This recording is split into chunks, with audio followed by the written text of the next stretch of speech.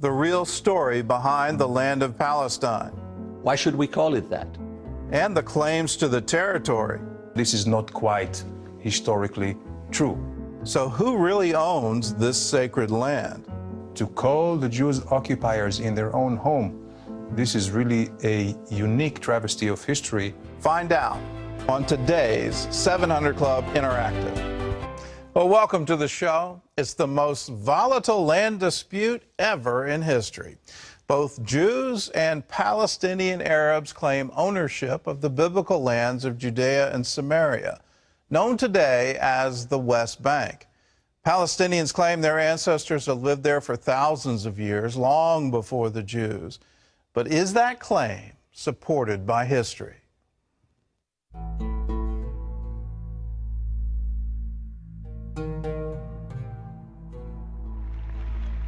In 1969, Israeli Prime Minister Golda Meir made headlines with this comment: "There is no such thing as the Palestinian people.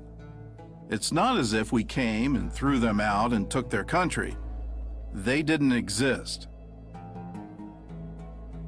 Golda's statement was controversial, but as it turned out, many Arab leaders and historians agreed with her. In 1937, Arab leader Ani Abdul Hadi made this statement to the British Peel Commission: "There is no such country as Palestine. Palestine is a term the Zionists invented. There is no Palestine in the Bible. Palestine is alien to us." Nearly a decade later, Arab historian Philip Hitti agreed. In his testimony to the Anglo-American Committee, "There is no such thing as Palestine in history. Absolutely not." In 1956, a Saudi representative to the UN stated, "It is common knowledge that Palestine is nothing but southern Syria." And more recently, Syrian dictator Hafez al-Assad gave this lecture to PLO leader Yasser Arafat. Never forget this one point: there is no such thing as a Palestinian people. There is no Palestinian entity. Palestine is an integral part of Syria. With the Peel Commission of 1936, the British government offered for the first time the partition of the land, the partition of Palestine into a Jewish Palestine and into an Arab Palestine. We were all Palestinians because this was the nature of this administrative unit, Palestina. Now the Palestinians are owning this nationality as being the nation of Palestine, but this is not quite historically true. So what is the historical truth? Who are the Palestinians and what are their claims to the land of Israel? Let's take a look.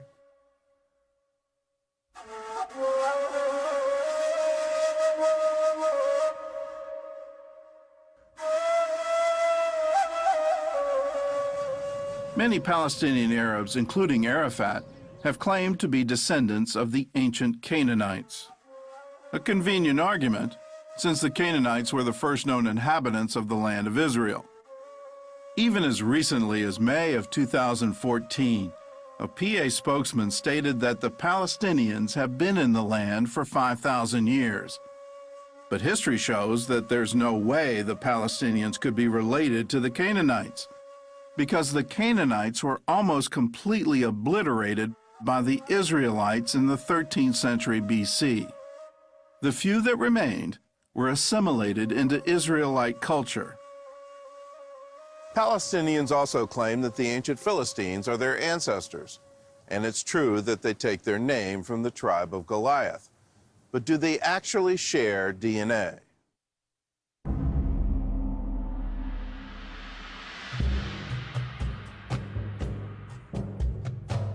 The Philistines were a seafaring people who came from Crete, the largest of the Greek islands. The Philistines got their name from the Hebrew word Plishtim, which actually means invaders. Palestine means invaded land. Why should we call it that? When the Philistines invaded Israel in the 12th century BC, they stayed close to the Mediterranean coast. They never settled in Jerusalem, Hebron, or Jericho, all cities claimed today by the Palestinians. By the 7th century BC, the Philistines had been assimilated by the Assyrians, then conquered by the Babylonians. From there, they disappeared from the pages of history. And experts say no one alive today could prove Philistine lineage. But if the Palestinians want to claim them, they would have to acknowledge that their real ancestral homeland is not Israel, but the Greek island of Crete. The Palestinians may not have gotten their DNA from the Philistines, but they did get their name. When the Roman Emperor Hadrian conquered Jerusalem in AD 135, he was determined to eradicate even the memory of the Jews and erase their connection to the land of Israel. So Hadrian renamed the region after their historical enemies, calling it Syria Palestina, the Latin translation for Philistine. So if they're not Canaanites and they're not Philistines, who are the Palestinians? Biologically, they share DNA with Saudis, Iraqis, Syrians, and Jordanians. Simply put, they're Arabs. Never in history was there a Palestinian nation or a Palestinian state. At that time, nobody was thinking in lines of a Palestinian people.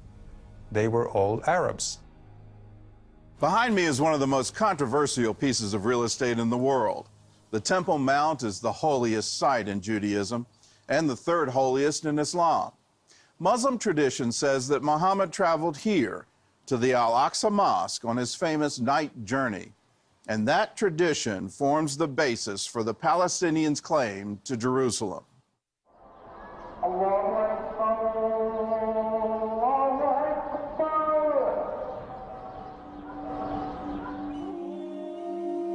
Arabs claim Jerusalem as the Islamic city of Al-Quds. But there's no record that the Prophet Muhammad had ever been there, and even his armies didn't arrive there until 5 years after his death.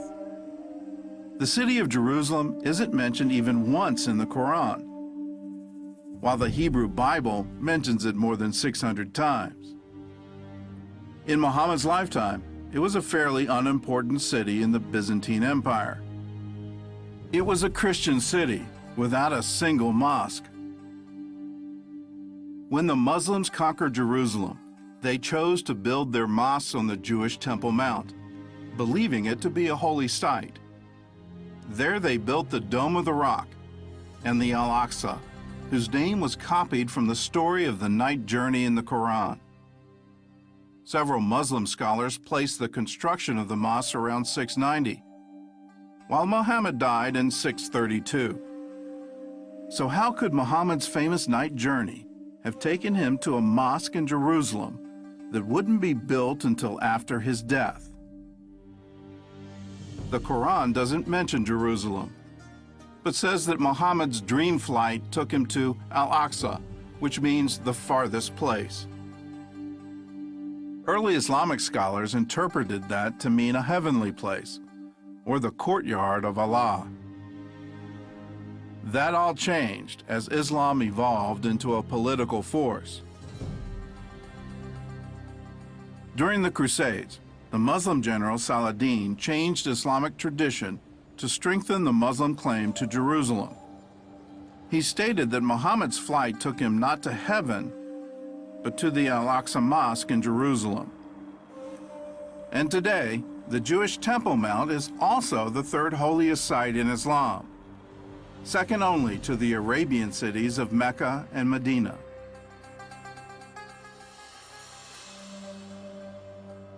Muslims believe that once they claim a piece of land, it belongs to Islam forever. Still, at the beginning of the 20th century, Islamic leaders acknowledged the Temple Mount's Jewish history. In 1924, Jerusalem's Supreme Islamic Council published this tourist pamphlet on the Temple Mount. It says the site's identity with the site of Solomon's temple is beyond dispute. This, too, is the spot, according to the universal belief, on which David built there an altar unto the Lord. The pamphlet also describes the underground chamber the Crusaders called Solomon's Stables. It dates probably as far back as the construction of Solomon's temple. In 1927, a strong earthquake damaged the mosque, and during renovations, archaeologists analyzed the structure. They found beams made from cedar of Lebanon and Cyprus, dating as far back as the 9th century BC, around the time of King Solomon, who had used those very materials to build the first Jewish temple. The excavations also uncovered a Jewish ritual bath from the Second Temple, and a mosaic believed to be part of a Byzantine church. Most historians agree the Jews were here first, but the Arabs will argue that they were here the longest, and the so-called right of return has been a constant theme at every Middle East peace summit since 1948.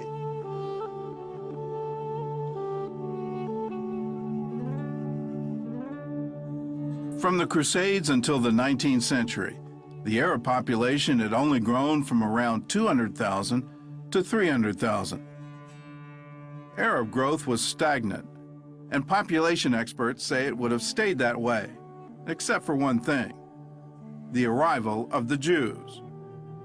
With the waves of Jewish immigration starting in 1882, Arabs started flooding into Palestine from neighboring countries. And they came for two reasons. One, to enjoy a higher standard of living in Palestine, and two, to fight the immigration of the Jews who made that standard of living possible. By 1948, the Arab population of Palestine was 1.3 million. The British governor of the Sinai once remarked, "It is very difficult to make a case for the misery of the Arabs if at the same time their compatriots from adjoining states could not be kept from going in to share that misery."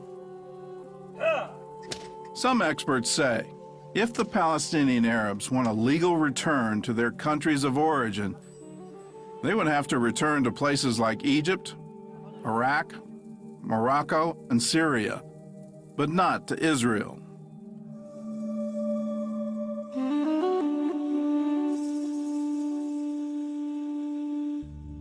Today, many world leaders call on Israel to return to its 1967 borders. But if you look at history, those borders aren't from 1967. In fact, they're not even real borders. The borders of the West Bank are armistice lines which were created by results of the war of 1948. And at the end of the war, this is where the armies stood still. This is how the quote-unquote border of 1967 or of 1949 was created. So the 1967, which is an armistice line, served as a border between Israel and the state of Jordan. And the state of Jordan also annexed the West Bank, and it became part of Jordan. When Jordan occupied the West Bank and East Jerusalem in 1949, the Jews were ethnically cleansed from both places. At least 30 synagogues were destroyed, and Jews were banned from holy sites like the Western Wall, while Palestinian Arabs living there automatically became Jordanian citizens. So Israel can't go back to the so-called 67 borders for three reasons. One, before 1967, the West Bank was controlled by Jordan, not by the Palestinians, and Jordan's annexation of it violated international law. Two, the land was legally promised to the Jews by the British Mandate of 1922. And three, there was no Palestinian state in 1967, or ever.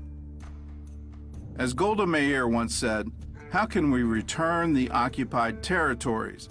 There is no one to return them to. The term occupation is when you possess something which is not yours or which is someone else's. This is not the case of the West Bank.